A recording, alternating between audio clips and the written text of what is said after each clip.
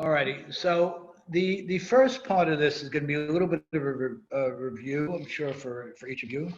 But we're going to delve a little deeper than we have in the past. And we're going to talk about, based on Harambam, a very practical, actionable approach to Teshuva. And I want you to please note the key points so that you will use it and you will act on it. Good? So, because, the whole Teshuva thing, it's very inspiring, it's uplifting, it's sensitizing, sometimes it shakes our confidence, sometimes it uplifts our confidence. But very often, I know in my own life, I go through the whole process, very inspired, intensely praying, intensely thinking, and I walk away without the tools to lock in the things I wanted to change. So if we believe that Teshuvah is an exemption, a gift, a breaking of din, that HaKadosh Baruch Hu imposes on a world that was working in an altogether different structure, which is what we say Teshuvah is, then we want to take the methodology and use it. Good. So what we're going to do is we're going to go through the steps according to Harambam, which I'm sure for each of you is a review, and then we're going to drill down. All right? So what does he say? He says the first thing is Hakarat HaChet. What does Hakarat HaChet mean? It means I'm an aware person. I know what my limitations are. And I take a few minutes and I jot down the areas in my life that I want to do better at. It's the same way you would do it in a business, in a Hesed organization. Every so often, we take stock and we write down what the areas are that need improvement. So we call it lahakir, to acknowledge, to become familiar with the sin.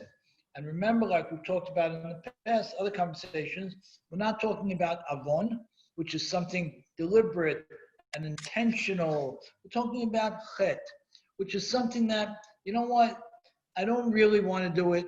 I'm not really committed to being this way, but it slips through because I'm not on it, because I don't know enough to avoid it, whatever it might be. So it's hakarat hachet is where Harambam starts. Let me be honest enough and confident enough to say, okay, Ricky, you're good at these things, and these are the things that you can improve. Good, we all do that, we know it well. The next is azivat hachet, which is like the 1A here for our purposes. Azivat hachet is a very interesting Rambam-driven perspective, which goes a little bit against human nature when you hear it on the surface, but it's really incredibly true to human nature, which is, even though I don't know why I do this, and I don't know how I'm going to stop doing it in the future, I stop doing it right now. I just stop. I don't know that I can stop over the long term. I don't know that it's sustainable. I don't even really know why I've tried in the past to skip it, and I invariably go back to it, but I stop cold turkey. Azivat hachet, la'azov, run away from it. Good, very straightforward, very obvious. Okay, now I wanna pause here because there have to be some very important elements that go into this. David, you tell me, before you can identify the stuff you want to fix, what do you have to do before that? Not an easy question. Before you identify the stuff you want to fix, what do you do before that? Well, I think you will. I don't know exactly the ones. I know a few, but you really have to have it in your mind that you're really going to try to fix it. I mean, you're not going to just say, I'm going to fix this. I think you have to really know in your head to do it. Beautiful. So you're one step ahead of me. We're going to get to your step in 5-6 minutes. So hold that, because we're going to go back to that in 5 minutes. I'm going a couple of steps before you. Before I can establish what Ricky's chataim are, then what do I have to establish? I have to establish what my core values are. right? Right. What defines David Mansour? What defines me? What are my core values? When I shake my children in the middle of the night, will they say, this was daddy? Will it be everything that daddy was or is? No.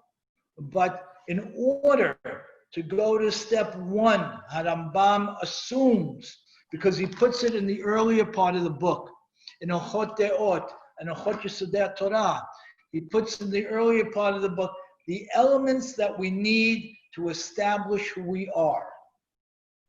I'm not gonna let you off on this. We're gonna work harder on this. Joey, I'm you here. hear me, Joe? Write all the notes. Good. I'm writing. I'm happy. He's writing everything. Joe, Yeah. give me 4 or 5 immovable principles that define Joe Sabag. Learning, Learning, good.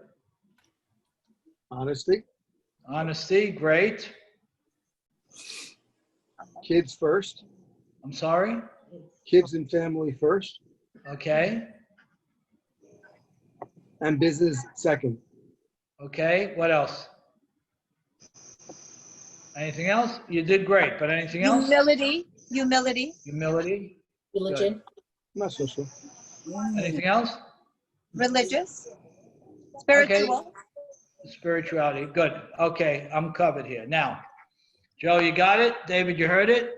Yeah. Learning, honesty, family first, then business, humility, and spirituality. Good? Good. Okay, good. Now, Joey, that you have your immovable principles, your defining characteristics, why is it necessary to have that first and to identify the areas that you want to grow in? Why is it necessary? Well, I guess then you can look at those areas that you define yourself as and see where you're going astray in those areas first. Right. Yeah. Good. But more than first, you're right. David, you with it? Yeah. Until I define what I am, not to the exclusion of other things, but to the priority of other things, I don't know where I fell. If I don't know that honesty is number one, how do I know that I failed in an area of honesty? Now, if honesty was number 6, and I don't know, humility was number 1, or let's say one person, honesty was number 1, and the other person, family was number 1, right? Good.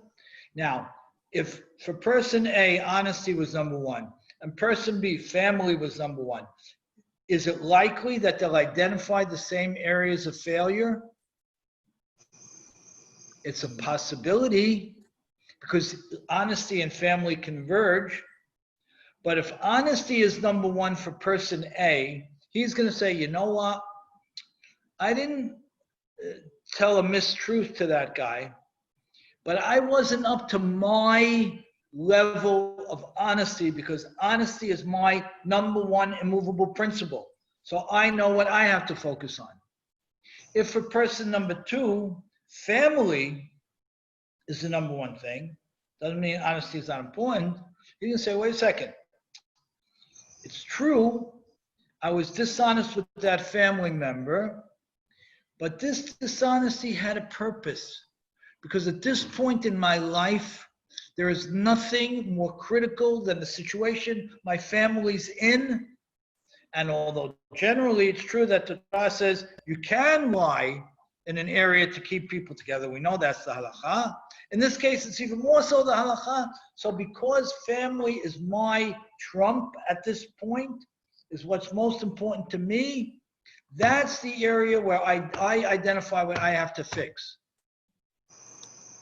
I need you guys to own this. I need you to own this. It's very, very important. I'm going to go back. You getting me? I'm going to go back. Yeah. I want to be a baseball player, right? If I want to be a baseball player, then once I define myself as a wannabe baseball player, right? Then the next step is, well, what's holding me back? What areas am I failing in? What's not working in terms of my baseball? That person's criteria is going to be, well, I have to fix all these things. The other guy who wants to be a wine grower, in order for him to get his business going, he's going to have to fix altogether different things. He's going to have to buy a plow, and he has to buy saplings, and he has to learn how to grow a vine, and when to prune it, and how to prune it, and how to water it, and how to irrigate it. The other guy doesn't have to know any of that stuff because life direction is different. So although overwhelmingly our life direction is all the same, we all want the same good things. We all care about Torah and halakha and family and humility and spirituality and honesty. We all do. But at different stages of life, life slams hard on the door and says, David, Joey, Jeanette, Ricky, whoever, at this point in your life, define again who you are, because what you were yesterday, which was wonderful, now you're alive another day, another year. Life's opportunities and demands aren't necessarily the same. You need to take stock on what you want and who you want to be, so you know what you got to fix. Again, if I'm in the wholesale business, I got to learn how to do A, B, C, D, E. If I'm in the teaching business, I got to learn a bunch of other things. Okay? Questions? Good? Very good. Okay? Okay, so step one on your little notepads, if you wouldn't mind, please, is over the next week or so until the Chag, make a list of your 5-6 most important values, principles, areas of focus at this point in your life. Don't assume, and by the way, if they could be a little more specific, it would be better. It's always a little better to be a little more specific than overwhelmingly general. A little more specific would be better, but put them down. Now, once I have them on the page, and I know, okay, I'll take my own example. At this point in my life, of course, my family is paramount importance. My sibling, my wife, my children, of course, all of us, right? Growing my children from a Torah point of view is very, very important to me. I have grandchildren now that are adults, almost young adults. So the responsibilities of a person in a minute change so dramatically. My granddaughter is an extension of me. My young adult grandson is an extension of me. So, you know what? Even if I said 10 years ago, hi Eddie, even if I said 10 years ago that my focus was family, and I say again that my focus and one of my core values is family, it's not the same. So I have to start by articulating, what is it? What is most important to me right now? What are my most important areas of focus? What defines me? I write them down. And now, step 2 is what Harambam calls step 1. Step 2 is Hakarat HaChet and Azivat HaChet. Where am I off base based on my list of who I want to be, and what do I have to stop doing? Okay with that? Yeah? Yeah. Now, Yes. let's just run through a quick scenario. We have 2 people reading the Vidui, right? That we're going to be reading in a few weeks. We have 2 people reading it. And, the Vidui Hagadol, the abridged version, whatever we read on Yom Kippur. One person is reading the Vidui with no context. No context. Hatati, aviti, pashati, ganavti, gazalti. I stole, I misled, I didn't give full information, I didn't say this beracha, I didn't say that tefillah with kavanah, I spilled this person's blood, all kinds of things, horrific and almost horrific, right? And there's a lot. And in one way or another, either we stumbled into something or we deliberately or whatever, many of us probably made most of those mistakes at some point during the year. But you have two people reading the list. The first person reading the list is reading a laundry list that some rabbi a long time ago put together. And he reads it once, twice, 3, 4, several times over the course of the holiday. And in that respect, he technically makes confession. But let's all be practical and realistic. What is confession if it's words with nothing behind it? Somebody walks into a court of law and confesses aimlessly, blindly, with no kavanah or seriousness, confesses to something. The judge is going to look at him and say, wait a minute, you're confessing to doing X, you weren't even there. Or if you did it, it was unintentional. Or what does this have to do with why we're here? Don't you have more important things to talk about? So some people will walk into Yom Kippur not having taken the few minutes to identify what's most important to them, and therefore, the areas that they should be focused on to fix. They'll read the Vidui Hagadol, English, Hebrew, whatever you want. Certainly better to read it in English. At least then it has some connection to an elevation of understanding of self. But even if it's done in English, with no real connection to who I am or what I want right now, it has limited value. Technically, did we say the Vidui? And is that part of the Teshuva process achieved? And can we put a check mark on it? Absolutely. But practically, did we change anything? No. Okay, so far? I'm going to give you a few personal examples.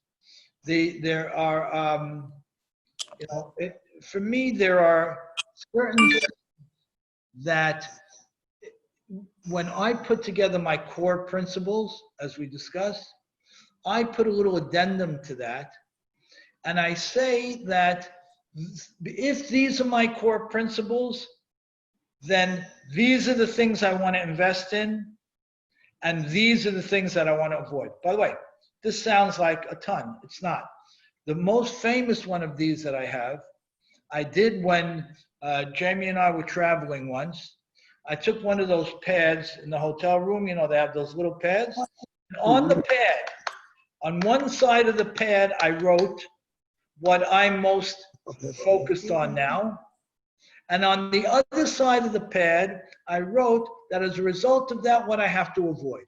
Now, based on that, I then went to the step of, okay, what do I have to fix? So let's give an example. Let's say someone is an alcoholic.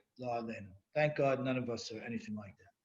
Person's an alcoholic, right? Drinking alcohol is symptomatic of something. Drinking alcohol is not the problem. The problem is X that causes a person to drink alcohol. I'm going to give you a better example. Hard to relate to because thank God none of us are anywhere near that kind of thing. I'll give you a better example. Over the years, on and off, over the last many years, I've had the opportunity to work with young adults or single adults. Unmarried men and women. And what I found very often is that they were looking to get married, right, which was very, very important. And with God's help, everybody should find the right person quickly. But in many cases, the reason they didn't find the right person is because they had things they had to fix. So it wasn't about making more parties, having more events. We should make as many parties and events as we possibly can and create as many venues as we possibly can. Of course we should. I'm not saying not. I'm saying the opposite. Someone can go to many, many parties or avoid going to a bar for years, but never get the result they want because they're not set up for it yet. So in order for me to execute on Teshuva, I need to say, Ricky Cohen 2020, this is where I am, where I want to be, what I want to focus on this year, what's primarily important to me. And once I've said that, now I can say, what are the areas that don't work, that are inconsistent with that? Those are my sins. Thoughts, questions? What do you say, guys? I'm only seeing very few of you. I'm not sure why, but. I don't know. I see Any it. thoughts, questions? We're okay? No. It's a great way. It's a great way to approach it. Okay. It's Okay. a very, very good way to approach it. It's not a Look ton at of the work. things that- Huh? What, Joe? Look at the things that are problematic within the context of what's important to you. Right. What is, okay, now, good. So now now we're going to drill down a little bit further. And keep in mind, to the extent that we don't do this, the vidui has very limited value to help us. The vidui helps us when we've identified who we are, the core things that we believe in. We've identified what we want most at this stage in our lives. We've identified then, as a result of A and B, some of the things that we have to correct that we've done wrong. Now what the vidui does is it says, oh, you know what, Ricky? You thought that because honesty is so important to you, you stumbled on areas A and B. You may have stumbled on C and D as well. Great. Now I'm that much more aware. Now I can make an even better attempt to grow and become more. Good? Mm-hmm. You're saying because you're reading through the vidui and you're seeing different things in the vidui that you didn't identify on your own.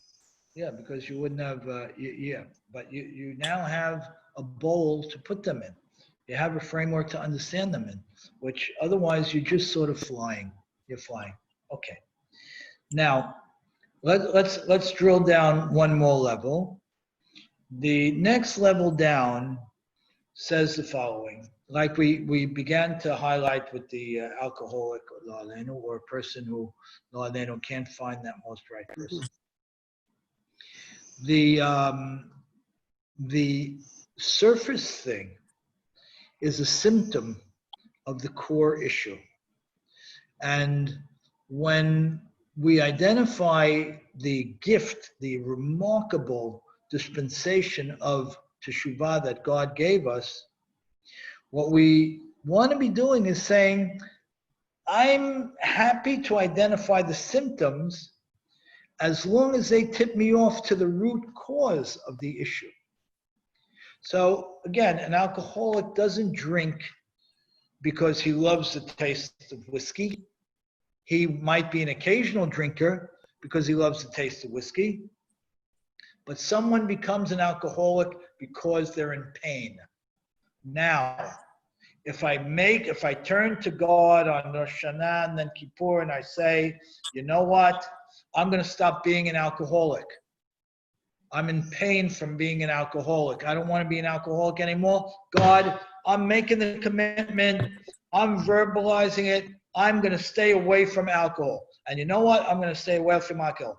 His chances are very small because he's talking here at the symptom level. He's not talking at the core cause level. Why is a person drinking to an excessive extent? Why? Because there's an area of pain. Now, what does Teshuvah beg of us? It begs us to identify the area of pain. Where is it? What's hurting me? What's shaking my confidence? What's confusing me? What's stinting my growth? When I get that, Now I can say, that's the issue and that's the opportunity. So here's the golden setup. The golden setup, if we can. The golden setup is I start the process by articulating my immovable principles. This is who I am.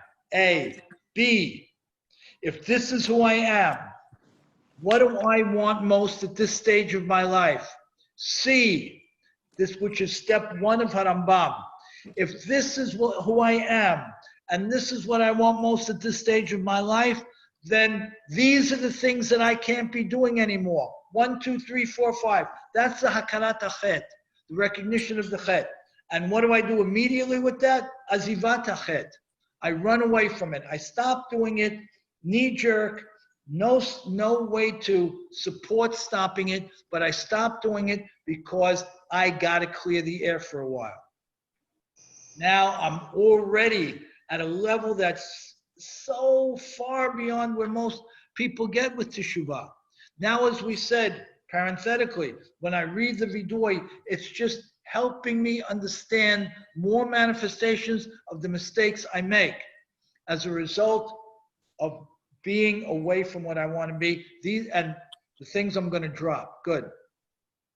And now I take the next big step. So, big step number 1 is, this is Ricky Cohen 2020. This is Sari Dana 2020. These are my core values, A, and these are what I want to achieve at this part of my life, B. That defines me. I've redefined myself. If that's the case, then my chataim, a chet isn't an overt, horrible sin. None of us do that. A chet is something that simply takes you off course, that doesn't allow you to make that Ricky Cohen 2020 happen, to understand what you want, to understand who you can impact. So I articulate those 5 or 6 sins, and I artificially stop them. I know I can't keep up my abstinence of those issues because I haven't figured them out, but I artificially stop them because that's what we do. We clear the air. We get out of the room. Now comes the really challenging part, but the most spectacular part. And that is going past the symptom to the cause. Again, to use our example, an alcoholic does not become drunkenly sick with liquor because he loves the taste. It happens because there's something else that has to be fixed. So, if we understand that the sin is a symptom, a manifestation of something going on inside, let me talk about what's going on inside. And I write it down. Why is Mr. Smith drinking? Because he's in pain about this relationship. Because he's frightened about that career challenge. Because he's insecure as a result of something that happened to him 40 years ago as a child. That's Teshuva. To drill down, not to stay up here on the surface and fly through the Vidui umpteen times and say, you know what, I knocked out the 25 hours. It's great to do that. And on a certain level, HaKadosh Baruch Hu certainly embraces that without a question. And on a technical level, did the person fulfill his obligations? Yes. But on the level of, wow, God stopped the world in its tracks and said, Ricky, Joey, Sari, David, Jeanette, whoever's on this call, listen, I'm going to stop the natural order of things. I'm going to stop it. I'm not going to allow it to progress. You were driving at this speed. It ain't going to mean anything for the 40 days between Rosh Chodesh, or a little more, 50 days or so, between Rosh Chodesh Elul and Simchat Torah Shemini Atzeret. You know what we're going to do during that time? We're going to put a halt to the natural process of where it's going. And we're going to allow you to identify the topical issues, drill down to the core issues based on the courage to say, this is what I want out of my life. Wow. God says, I'll pause it. But then it gets even better. God says, no. I'm not only going to pause it. if you have the guts to recognize what it is you want out of your life right now, how you want to build your life right now, and what's holding you back, if you have the guts to do that, God says, wow, I'm with you. I'll help you. I'll turbocharge what you want to do. So now comes the next challenging part, and we'll go 5-6 minutes, and then we'll wrap it up for this stage. The next challenging part, which I think today is less challenging than ever before. I have my notes from when I was 18 and 20 years old and went through this process. I have my paper notes since then. And I used to write on my calendars. We used to make those small calendar books that we used to take around with us. Harambam says that once you've identified who you are and you've identified what you want, and they're two different things because they may change at different points in life, and you've identified what's holding you back from those things, and you've identified the cause of those symptoms. And by the way, this is 4 or 5 bullet points in each category. It's not hard. Then Harambam writes, it's Kabbalah La'atid, which means that I put together a clear, simple, reasonable plan to move beyond where I am to where I want to be. Now, in the old days, I would write it in my book. I would do, we had this, I used to give out in the classes. See if I pulled it out here. I used to give something out where we would write it on the vidui sheets, and I asked people to carry them around with them and put them in the sidurim, which we did for many years. Now it's so simple. Now all it is putting on my phone every couple of days a reminder to do X, or to remind myself to avoid Y, or to remind myself to read C. It's so simple. In fact, I can program my phone for an event or an appointment that's even 15 minutes. I can make it even as short as I want. And guess what? As short as I make it, I'll be reminded of it. How simple. Couldn't be better. So, give us an example of what one of those would look like, Ricky. I'm sorry? Okay, I'll give you an example. There's a very interesting ma'amah that was written by one of the great Ashkenaz rabbis. I think it's important. Eddie, you may appreciate this as well. One of the great contemporary Ashkenaz rabbis wrote that nobody, well, the women on this call have careers as well, so it relates to everybody. Nobody should go into business without learning the halachot of Choshen Mishpat, at least the second half, Choshen Mishpat. The laws of transactional law according to Shulchan Aruch, to the Code of Jewish Law, the laws of interest. The laws of interest are gigantic. It's a world. And there are layers and layers of things that are not directly considered interest halachically, but are indirectly considered interest halachically, and are pretty problematic as well.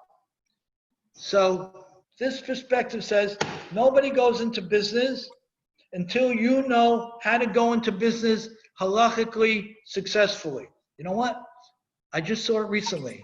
It's the most simple, logical thing I ever heard. Why didn't any of us ever think of this? I don't know. It's a great point. Now, let's say, Joe, to your question, that I'm already in business. Great. Business is not easy. It's less easy than it's been in the past, that's for sure. I think we all recognize that.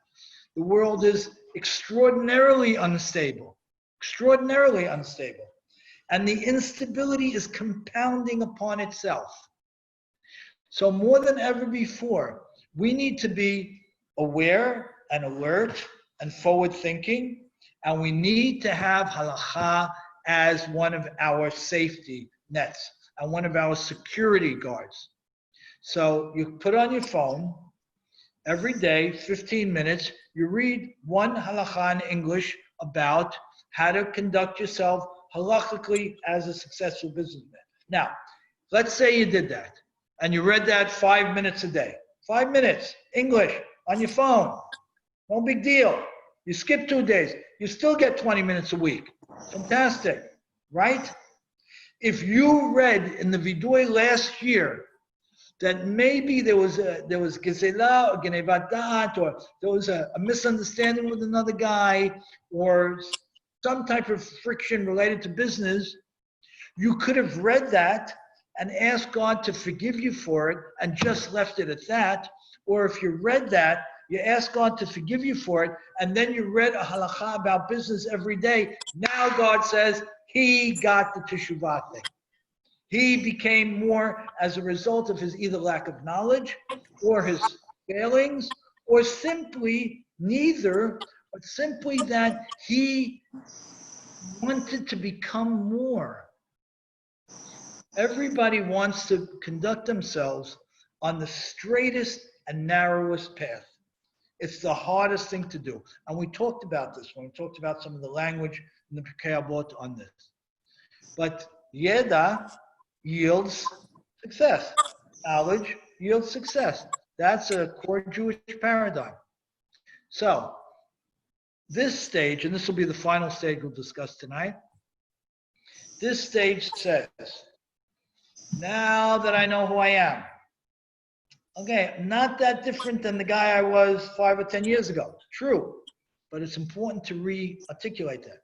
B, now that I know what I want more in my life now than I ever wanted before, and not gooey, gumpy stuff. We all have that stuff. Practical stuff. Practical, real things. This is what I want. This is where I want to grow. This is how I want to be able to help my children. This is where I want to grow in my chesed, in my business, in my sports, in my whatever I care about. And then I say, okay, what's holding me back from that growth? What do I have to change? Where am I stumbling? And then I drill down further and say, what's causing it? Oh, what's causing it is I'm not doing enough of this. I'm doing too much of that. Now, this big stage is I pick up my phone and I calendar into the phone specific practical steps to fix and change and grow. And it's easier than ever.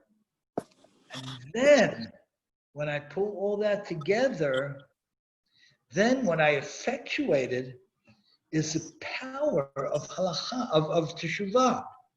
Teshuva has this remarkable power to do several things, and I'll list them very quickly, and we'll pick it up more in detail at a future point.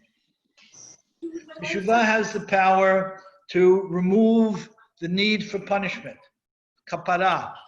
When someone does what we've described, then the idea of kapara, of there have to be some exacting of deen, of action, of punishment, that doesn't have to happen anymore.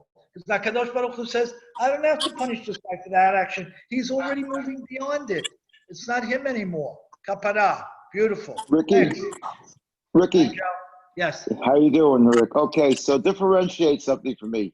You're making is this for the sins that you made, or because you want to do more and more, and you want to? I mean, look at yourself. Can you? You're gonna say, I'm gonna learn more. I'm gonna learn more. I'm gonna do better. Hashem. I'm gonna learn more. But you're on another level learning, so you're not making teshuvah for the learning that you haven't done. Or you're just trying to better yourself and better yourself. So if I want to learn more, but I'm learning less, then from my perspective, it's a chet. It's not a sin. You're using the words very well. It's a sin I would call an avon. Yeah. So you're right. We're not talking about avonot here. We'll talk about that at some point. We're not talking about that. We're talking about chataim. A chet means, to your point very exactly, I want to be learning more, to your example. But I'm not. But I'm learning. But I have the capacity and the want to learn more. So that means that I'm slipping in this respect. Good? I have the capacity. I have the interest. I have the value system that tells me that this will be very good for me. Yeah? The fact that I'm not doing it is something slipping in me. Something just slipping out of the hourglass, you know, the sand slipping out of the hourglass that I'm not holding on to. That's a chet. So when I say, I, Joey Shama, care about these things. I, Joey Shama, want to do these things more so than ever in my life at this point. Once I've created that framework, drop down one level. Now that I've identified that, I see what I'm not doing, drop down one level. Why I'm not doing it, thing that pulls it together and creates a grand slam of life opportunity is when I say, these are how I'm going to fix it, and I put it into a real life program. So does Ricky Cohen ask for a 25-hour day to study more? 100%. Ask Hashem, give me assistance, make my day. That's right. It ain't going to be 25 hours, but I'm joking when I say that, but give me the ability. That's right. That's right. Beautiful. Exactly. That's right. Okay. So now when a person does that, he takes this fabulous dispensation called Teshuva and he flies with it. By doing so, he's mechaper on his avonot. So he doesn't have to be held accountable anymore. He becomes tahor. He becomes cleansed of whatever junk those chataim brought on him. There's God forgives him on top of it. And there's an ending of the relationship between man and himself and man and God. And that's when we say the person has tremendous tikva la'atid, he has great hope for the future, and he can achieve immeasurably. So I'm going to repeat it again. One last final, very quick time. One last final quick time. How do we start? The only way to start with the steps of Teshuvah is to take a small piece of paper, not a big one, and say, this is who I am. A. B. This is what I want. C. What's holding me back? What am I doing that's not adding up to this? D. Why is it holding me back? What is it? Why is it holding me back? The core, the reason, and finally a plan, a simple, executable plan to do it. And then when I read the vidui, now I'm going to say, wow, I'm on it. I nailed it. I targeted some great stuff about myself. And all these ancillary points that were brought up remind me of all the things that I'm also going to correct when I correct my core issues.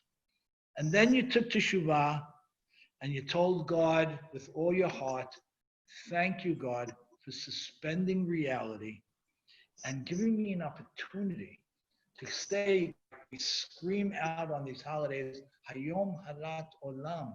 My world started anew today.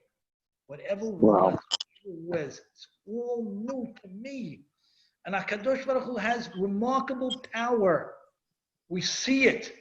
If anybody ever thought that there wasn't a primal being who in one tiny stroke, Kivyachol, could wreck the entire world, who would ever? We see it now. 3 months, wrecked the world, wrecked it.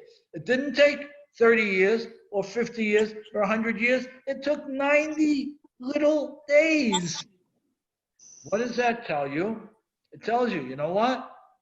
It either tells some people that the world is absolutely chaotic, which is not what it tells us. What it tells us is that any question that we had of God's involvement in the world is not a question. He's involved and heavy duty. And therefore, if he's involved and he's listening, then he's listening and waiting for me. And when he hears and sees these efforts I'm making, then he jumps right in and he supports me and builds with me. So there you have it, my dear friends. Any thoughts, questions at this point? Thoughts, questions? I got a billion of them. Would it be a little bit more powerful if we had the ability to edit the vidui?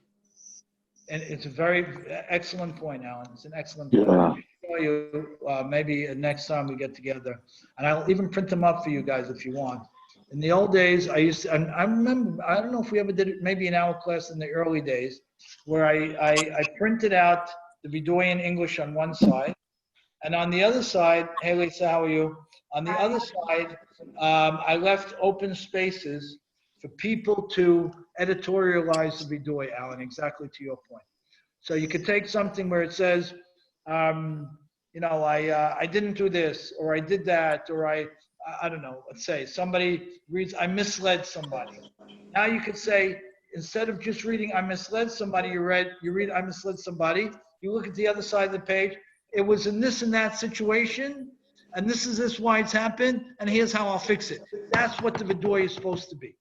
It's really supposed to be, to your point, Alan, it's supposed to be a primer, a prep. It's supposed to be something that's something to inspire us to think of the specific things. But again, it's all out of context unless I know this is what I want right now, and here's where I'm at. I was thinking of deleting some of them. I would concentrate on the ones that you need to, that you want to concentrate on. Yeah. Yeah, I mean, Ricky, I have a question. overwhelming. If let's say you assess that you did let's say you're making that list and you're up to your vidui list, and you're reflecting, and you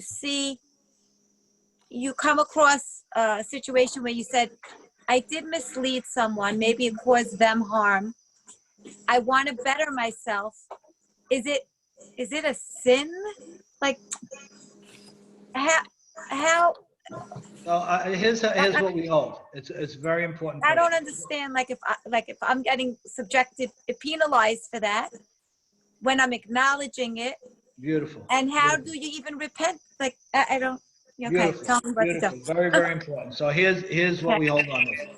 It's very important. Jeanette, you there? It's very important. Yeah, my son was crying. So let's say somebody did something. I'd like to interject. The first step is that you acknowledged it. The Right. second step is that you're going to do something about it, not silently. You have to address it. But I think what Jeanette is implying, Lisa, you're right. You're right. What Jeanette is implying is maybe you can't. Maybe you just can't. Right, Jeanette? That's what you're saying? Yes, exactly. Yeah. That's sometimes you just can't. Beautiful. Very, very important. And that happens more often than we'd like it to happen in a Ben Adam Habero situation, in a man-to-man situation, where there's a piece of pain that's sticking out there and the person moved away, or, there's just no opportunity to fix it with that person. It could be the person's right next door, but there's still no opportunity to fix it, for whatever reason. When a person acknowledges, let's say someone misled somebody else, but can't fix it with that person A, who he misled directly. When the person acknowledges that he did that, HaKadosh Baruch Hu checks in and says, oh, wait a minute. Mr. A recognized that he intentionally or unintentionally, whatever it is, misled person. Can't fix it with person B. Person B is out of the picture. So God sends someone in person A's life and creates very similar circumstances and says, okay, Ricky, Jeanette, whomever, I'm giving you another opportunity here. You can thread the needle just right this time, or you can stumble the way you did last time. If you thread the needle right this time, it would mean that you grew from the last experience, and the last experience, Yalbin Kishelek, as the Navi says, becomes white, pure, beautiful white. Not only isn't it regarded as a sin anymore, a blemish on a person's record, it's looked on as a growth step, as an essential and productive step for the person to become more. So let's go back. Very important. HaKadosh Baruch Hu makes a promise.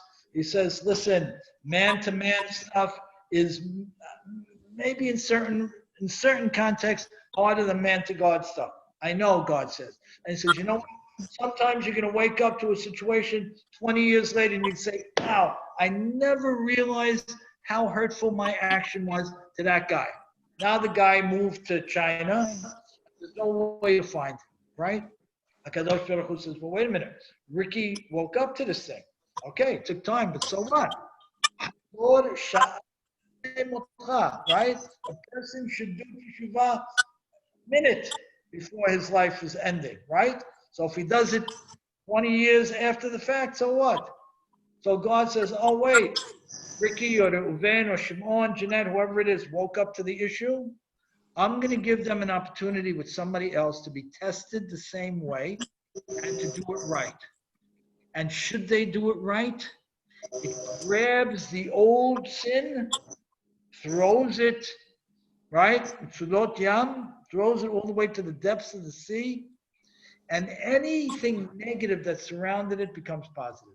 There will always be an opportunity to fix it as long as we live and breathe, as long as we acknowledge. That was beautiful. Good? Yes. But now we have to look for the opportunities. All right. All right. All Excellent. right. The issues. We have to look for the issues. Look for the issues. Great, guys. Okay. Happy to Wow. see everybody. Thank you very Thank much. Thank you so much. All the best. Thank you. We're gonna get another Good one thing. in before the holiday, hopefully. Yeah, what I thought would be nice, it's up to you guys, is maybe we have we can do next Tuesday night. We do the Tuesday of Yes. each week. Next Tuesday we'll go Rosh Hashanah, the following Tuesday Kippur, the third Tuesday Sukkot. We need it. So, Gorgeous. okay, beautiful. Gorgeous. Where are you for the Alright. holiday, Ricky? Great. Happy holiday, All the Ricky. best, Ricky, where are you everybody. praying for the Shushim holiday? Avot. Good things, happy and Amen. healthy. Where are And you Tovim praying? Tovim. Joe, Oh, we're where gonna are be you by praying? Jeff. praying? We're gonna be by my brother. Yeah, Very everybody's nice. all set up. Gorgeous.